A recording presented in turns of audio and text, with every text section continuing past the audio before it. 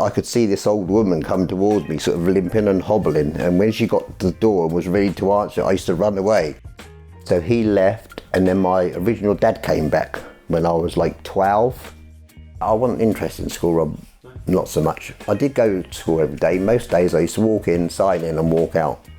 And Mum said, you've got to pick 3 of them or 4 of them today, and then we can get home on the bus. Spent the last 3 months like training to run 70 miles in a day. I'm invincible, Rob, literally. And I claim I'm going to live to 150. A couple of years ago, I claimed I was going to live to 130. Yeah. And then I see somebody on the TV who thought he was going to live to 150. So I thought, well, I've got to up my game. So I started to believe that I was going to live to 150. That's what keeps me going, being positive, basically.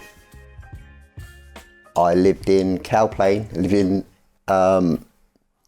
Denmead. Where my father went off to the army and my mother stayed in Denmead in our little cottagey place. Yeah. And then I've got 6 sisters. Wow. We all lived there together. Dad came back from the army, I think. Something happened between my parents then and they split up. So I was 4 years old. My parents split. I had 6 sisters and I ended up in Locks Road, up here in Locksheath, basically. One sister stayed with grandma, like my mum's mum, and the other 5 of us and me, we moved into Locksheath with like a traveller type gentleman, basically. Okay. Ray Wheeler, his name was, had 1 eye, and never had a job, just made his living off of going out, speaking, talking to people, and every day he used to go out to work 8 o'clock in the morning, come back at 5 o'clock and feed us. And the same for like us in school holidays, we were told to go off 8 o'clock in the morning and come back at 5 for dinner. And that's like a part of it, that story, basically, of where I grew up.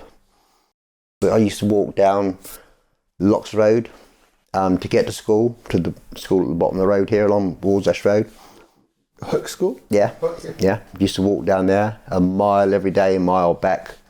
And down the road there used to be a big house, a big like dark house behind the bushes. Yeah. And people used to dare me when I was 4 and 5 years old to go and knock the door. And I used to go and knock the door. And this had like coloured glass on the front door. Yeah. And I could see this old woman come towards me, sort of limping and hobbling. And when she got to the door and was ready to answer, I used to run away because I was scared of her. I've got 4 older, 2 younger. So 1 was a baby, 1 was 2, and the 4 were older. And did you all get on? Yeah, no, we all get on now, yeah. Were you mollycoddled by them all? I think I was. I was mollycoddled by a few and beat up by a few. I got a few. Jackie, I don't remember the details, Rob, but I must have aggravated Jackie because she stuck a knife on the gas cooker once and burnt my arm with it. As a teen, we moved to Fareham, so we've been in Locksheath with this gentleman. Then we moved to Fareham when I was about, in 1969, 70, I moved to Fareham. So I think I must have been 11. I spent 1 more year at infant school and then went on to senior school. Okay. And in that time, my stepfather left. Was the stepfather the guy who was in Locks Road? Yeah. In Locks Road, Ray. So he left, and then my original dad came back when I was like 12. I do remember him taking me to Fareham a couple of times and visiting somebody in Fareham, but I didn't know who they were. So when we moved to Fareham, we ended up next door to this person my father used to take me to. It's a bit strange. So we moved to Fareham. My mum had split with this bloke, Ray, who brought us up like from 4 till 11. We moved to Fareham, I think it's 69, 70, as I said. And then we ended up moving next door to, I didn't know, but I knew the people who I lived next door. And he said, hello, Jeff, don't you remember me? And I knew him from when I was 4 years old. Yeah. Because my father kept seeing this woman. Okay. When he was divorced from my mum, he was seeing this woman we moved next door to. Was Ray, was he like a father figure? He's still coming, yeah. I think so much of him, yeah. He taught me a lot. Because I mean, those years... Yeah, all them years from teenager. And then my dad came back as a teenager And then Ray was still in and out all the time, come visit. I mean, you got his relationship with all of you guys. Yeah, of course you have, yeah. And all my family as well, because he brought them all up, fed them, looked after us. So he was there all the time. And he had 2 sons I'm very friendly with. Yeah. So like 2 stepbrothers they would have been when I was younger. But then your dad comes on the scene. That must be difficult, especially you turn into an adolescent at that point. I'm a teenager. My dad comes back. I don't really know him. So I'm going to school. And he says, Sky School, bring some mates home and we play Monopoly all afternoon, like 2 or 3 days a week. Wow. This while I'm supposed to be at school learning. My first holiday, Robert, was when I was 14. My mum took us on holiday. Bognor. Went down there on a holiday camp. Me, 2 younger sisters and a friend from school. This is when I'm 14. And he was just a little thief. His parents had all the money in the world. Yeah. My parents had nothing, and that's all he used to do was walk around in the shop and steal everything. And they're like, well, what are you stealing stuff for? And then at the end of that holiday, we couldn't afford to get home. My mum never had enough money. Obviously, we were poor. So for the last 3 days, I went and picked potatoes on this potato field in these big baskety things as we all get back home to Fareham. That's amazing. It was like a big basket about 1 metre high, fill it with potatoes, and you got 7 and 6, I think it was. So, and Mum said you've got to pick 3 of them or 4 of them today, and then we can get home on the bus. But I didn't have no ill feeling towards him, to be honest. No. And then, I mean, I never really got to know him, Rob, because he was there from 14 till I was about 19, 20. Dad came back. And you didn't build so because I didn't really know him, it wasn't difficult. He just fell in, took over the family. Yeah.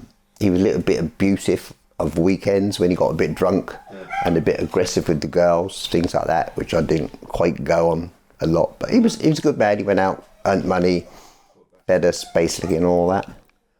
Yeah, that's not a bad time. I don't know why I was a rogue. I think it's because I lived with this stepfather and he had 2 sons. One of them was a bit naughty. I think I used to follow him, take the wrong path. So every day on the way home from school, I'd be in trouble with somebody, or on the way to school, I'd be in trouble with somebody.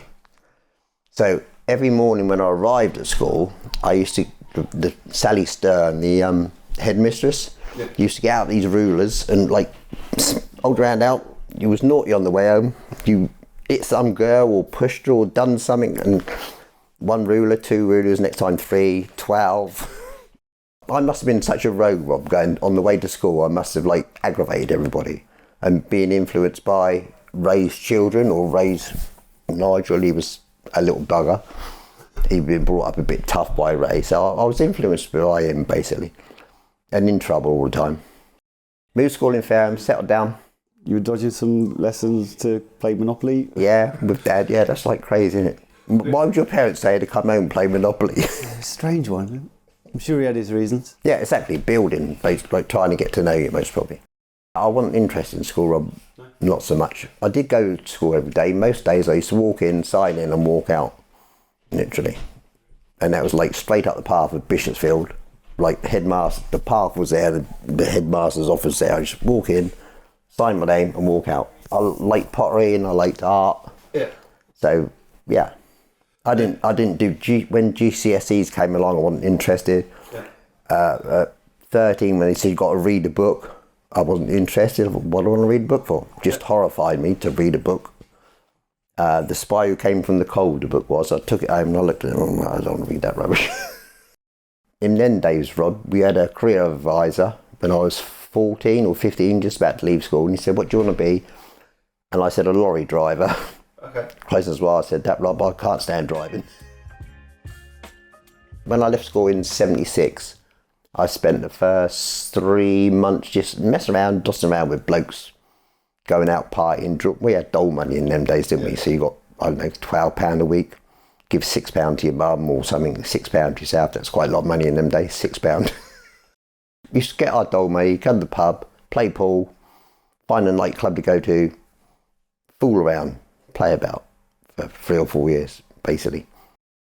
I landed a job when I was about 18 a bloke in Warsash Builder took me on with another bloke, and it started there basically. That was where my working life sort of started. A friend down the road, Kevin Grantham, he was like living with a family because he was a bit of a wayward child, so he'd been taken in, fostered in. And I met him somewhere, I can't remember where I met him. I think I might have met him in the pub most probably. And he said, we're looking for a labourer.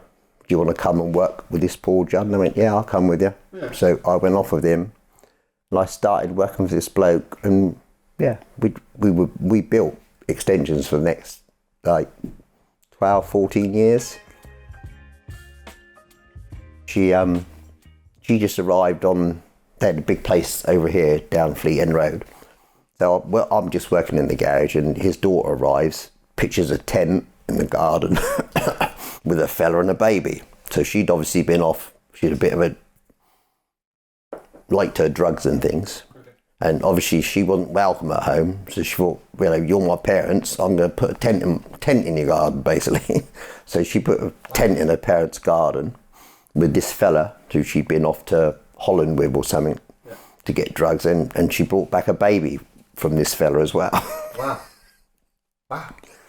So I used to go there sort of every sort of Saturday morning and do work through the week, and then I used to work Saturday morning at the house. So this tent was there in the garden for 2 or 3 weeks, and I started chatting to his daughter, and the fella who she was there with, obviously they had a young baby living in the garden, and the fella who gave her the baby came to work with us for a few months, still living in the garden, and then he just disappeared after 2 or 3 months.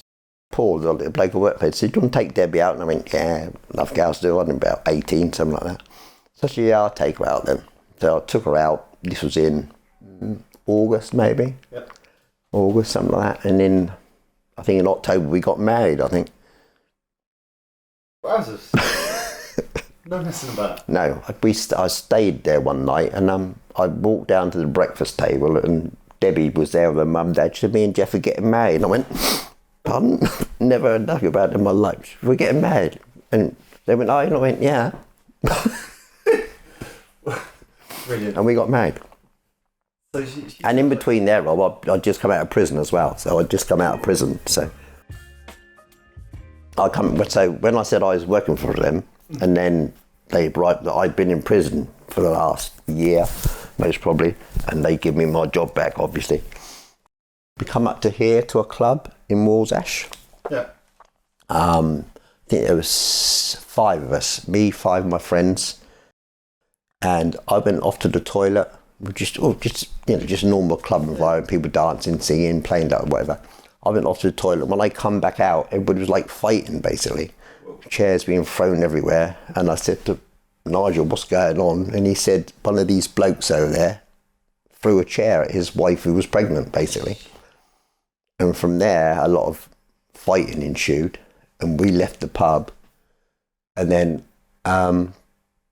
when we left the pub, we decided that we were going to go and sort these fellas out who done this. So we waited outside the pub. When these fellas come, well, I ended up in trouble. We ended up in a big fight outside there, which resulted in quite a lot of injuries to the other people. The following day, I did talk everybody into like going and giving yourselves up. I said, we've done wrong here. We've got to go and put it right. And I said, we've all got to go down to the police station and hand ourselves in. And that's what we've done. And I ended up in prison, basically. All of us ended up in prison for a year.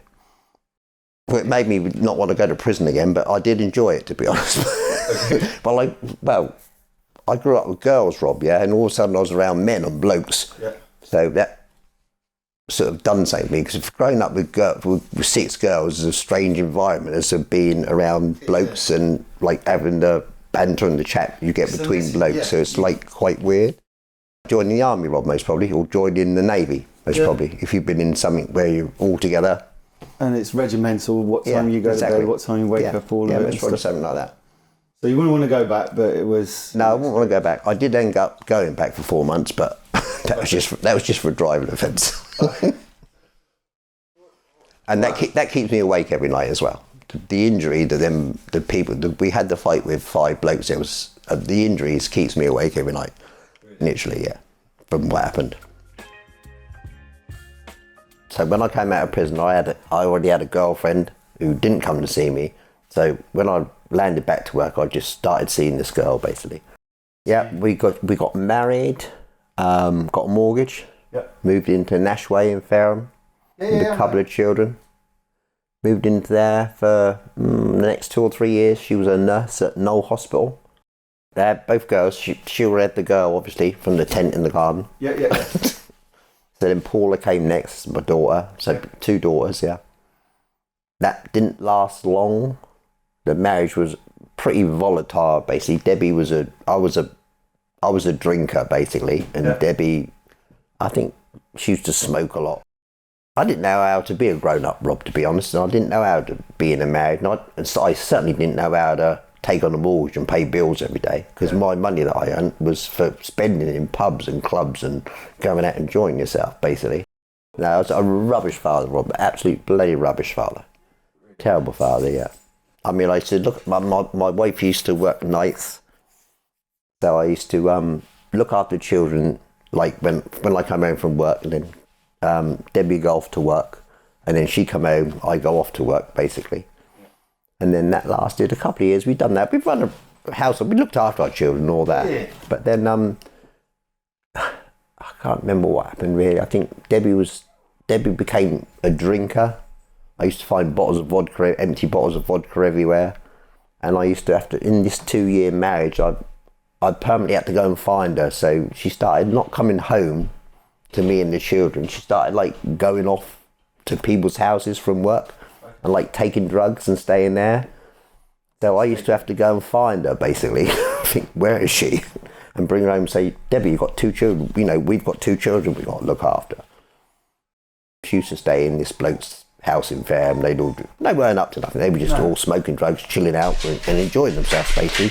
Like I would have been with my mates drinking beer. But yeah, so it wasn't good.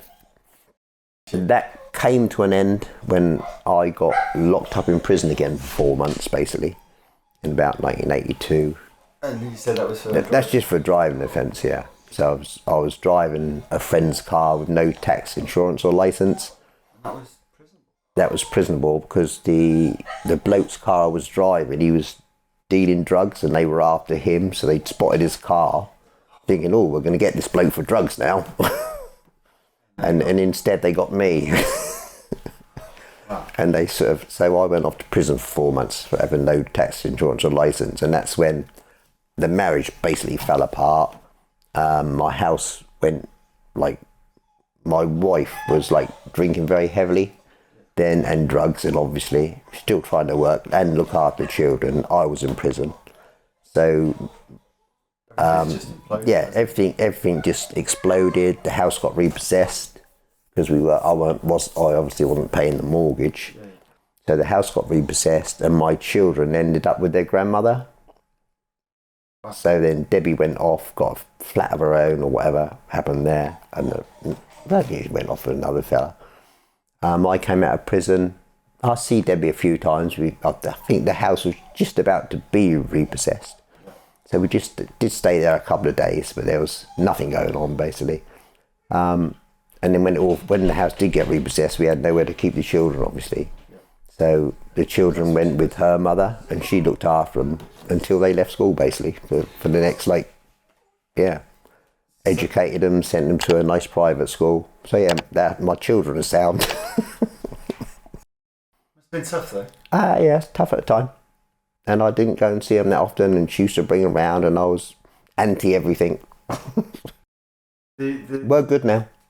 That's good. I'd spend a lot of time in the last 10, 12 years getting back together with them. That's good. That's good. No, that's good. I've still got a few what's names with one of them. I'm just going around drinking for the next 2 or 3 years, and then I meet somebody else and I get married again, basically. Okay. Take on Lynn and her children. She's got 3 children. Yeah. Billy, she's got Billy and Sarah. I take on them. They're like teenagers. Okay. So we live together, and that's the next 18 years of my life, basically. And she's got another son, David. He comes down from London. He lives with us. So yeah, that's my quiet period. I live in Fareham. Then I swap. I live in a flat up in Court Way, and I swap the flat. My mum lives in Hammond Road where we grew up, and my mum's old and not old. My mum's on her own now because we've all left home. So we swap houses basically. I go back to where I grew up as a teenager, and my mum moves into the flat I've got. Lynn's a bit the woman I married. She's I don't know all the words. The N word is battle axe, but she's a lovely. No, she was lovely, but I love her to pieces, and I still do. Yeah. But she died of cancer after we've been together 18 years. So then that's how come I end up here. Basically, I've ended up with Christine. So. Lynn didn't like me doing a lot, to be honest. I don't know whether she was jealous of my sisters or she'd come through a rough marriage herself with her husband. She was very severely abused. She had burn marks on her arms where he abused her with cigarettes, and not very nice. But they had 3 children. She sort of literally, how I met her, she'd run away from him in London and came down here and was working. And I met her like that with her couple of children. And then after a couple of years, David moved down, her other son. So I looked after them for a few years. So you lived 10, 12 years. There? Yeah, nice quiet spot. Yeah, very settled, yeah. That was a building time, because then I knew about paying bills and, yeah. You're growing up? Yeah, I'm growing up then. I think it was about 32. So at 32, I started to grow up. I'm presently married to Christine. Yeah. And she's got 3 children, yeah. So for the last, since... There's a lot of kids in your life, mate. Yeah, there is, yeah. A lot of kids, a lot of grandchildren from various marriages. Do you remember everyone's names? No, I don't remember half of them. Last year, I don't know what happened to me. I sat on that settee from January to September and I had no motivation whatsoever. Okay. None. I still got up and went to work, but in between work, I just sat there like I wasn't functioning properly. Yeah. And I had no motivation to do anything, whereas normally I'd be busy, up and about, wandering around. So I struggled to get out of bed. One day I stayed in bed till about 3 o'clock on a weekend, just didn't want to move. I don't know the reason, no idea whatsoever. So that lasted from January to about 9 months, until I finally sort of started. My sister said, do you want to come to a party in about October, November, up country? And I said, yeah, I'll come. And I struggled to get there because I had no motivation to do anything whatsoever. And for what reason, I have no idea whatsoever. So I went to that party, had a little dance, see my family, who I hadn't seen obviously through COVID. Yeah. And then I just started to come alive again, basically. And then so this January, we had Christmas here with Christine's family and that. And then this January, I suddenly got the idea that I was 65 this year. And I'd run 65 miles. Okay. So I started training, basically. I've done some running in the past, but yeah. So sometime this year, I was planning to run 65 miles, but I can't run 65 because I can't find a 65-mile race, so it's going to have to be 70. And that's in a day, so that's what I'm training for now. I've spent my last 3 months, or January, February, I've spent the last 3 months training to run 70 miles in a day. I do run. I've run since I was about 30. I've got a few medals I've never done a marathon. I've got a few medals for little races, like 10Ks, half marathons, things like that. But yeah, I just thought I'd take on a big one, so I'm going to try and run Hadrian's Wall, basically. Just a challenge, Rob, after sitting down last year and doing nothing and just finding some energy back, think, with that energy, do something. I've always had a guitar. I've had a guitar when I was at this school along Walsash Road, and we had no money. There was a guitar going, guitar lessons at school. They were like 2 and 6 a week, and they give you a guitar and you start playing the guitar. I mean, this is like 1964, something like 58, 1960, so about 1964, 65. So I get a guitar, I lug it to school, I'm only short, and I lug this bloody great guitar to school every day and lug it back for lessons. And about after 3 or 4 weeks, my parents couldn't afford it, so I had to send it back. Okay. So I never got to learn to play the guitar. So when I was able to buy a guitar, like when I started getting my own money, when I sort of left school, sort of 16, I bought a guitar. and I've had one ever since. But I've never learnt to play it, Rob. Never. I've still got one upstairs. I've had 2 or 3 over the years. I swap them around. But I've never actually learnt to play. I've got guitar, tuition books up there. I've got a couple of banjos up there. Oh, really? Yeah, and I just never get the time to sit down and learn. But that's all coming in the future, hopefully. Yeah, we travel. Christine likes travelling. I'm not so much. I'm not so. I don't mind travelling. Christine wants to go to cold countries. I want to go to hot countries. Christine wants to go to America. Christine wants to go to New York. My wife wants to go. I mean, if I go to America, I don't want to go to New York. I want to go to Nashville. So that's that far apart. My future for me is just to live, basically. I'm just about to finish this house off. There's some few odds and ends. I've got the garden to finish. I'm just going to retire, Robin. So keep going, stay alive. I've got an allotment down the road. Okay. My wife's very much into growing stuff. We've been at it for 4 or 5 years. Yeah. So yeah, we're just. It's time to relax, basically. What have I done that's good in my life? I'm trying to think, Rob. Putting you on the spot. Put me on the spot. I was in the flow before, now I'm on the spot, trying to think of a good story. I help people, save people all the time, for nothing. In what way? In any sort of way. If somebody says, can you do this? I go, yeah. Like these neighbours are always going, can you do that? And I go, yeah. And I just go do it, help them out. That's good stories, basically. I think good stories are like helping somebody else. Offering a hand to somebody who's down and out or whatever. Lifting somebody up. I mean, I've taken a bloke off the street before. Really? In one of my marriages, yeah. He was on the street like a tramp bloke, had nowhere to go. So come and live with me. Took him in. Put him on the right track. How long? 3 or 4 months. Just had him living there. He'd done my housework for me. I'd give him a roof over his head. No, I'm quite happy with what I've done. Yeah. I'm not happy with the people. I've hurt a couple of people along the way. Yeah. That obviously keeps me awake still. But yeah, I mean, I've lived my life and I'm still living it. I'm a better person, a lot better person than I was like 40 years ago. And that's what we can only hope to be, though, isn't it? Yeah, that's it, exactly. And just pass on saying better now, basically. Jeff, I want to say like a massive thank you for your interview, being so honest and open. Hopefully you've enjoyed it too, man. I have enjoyed it. It's been fun, man. Cheers, buddy.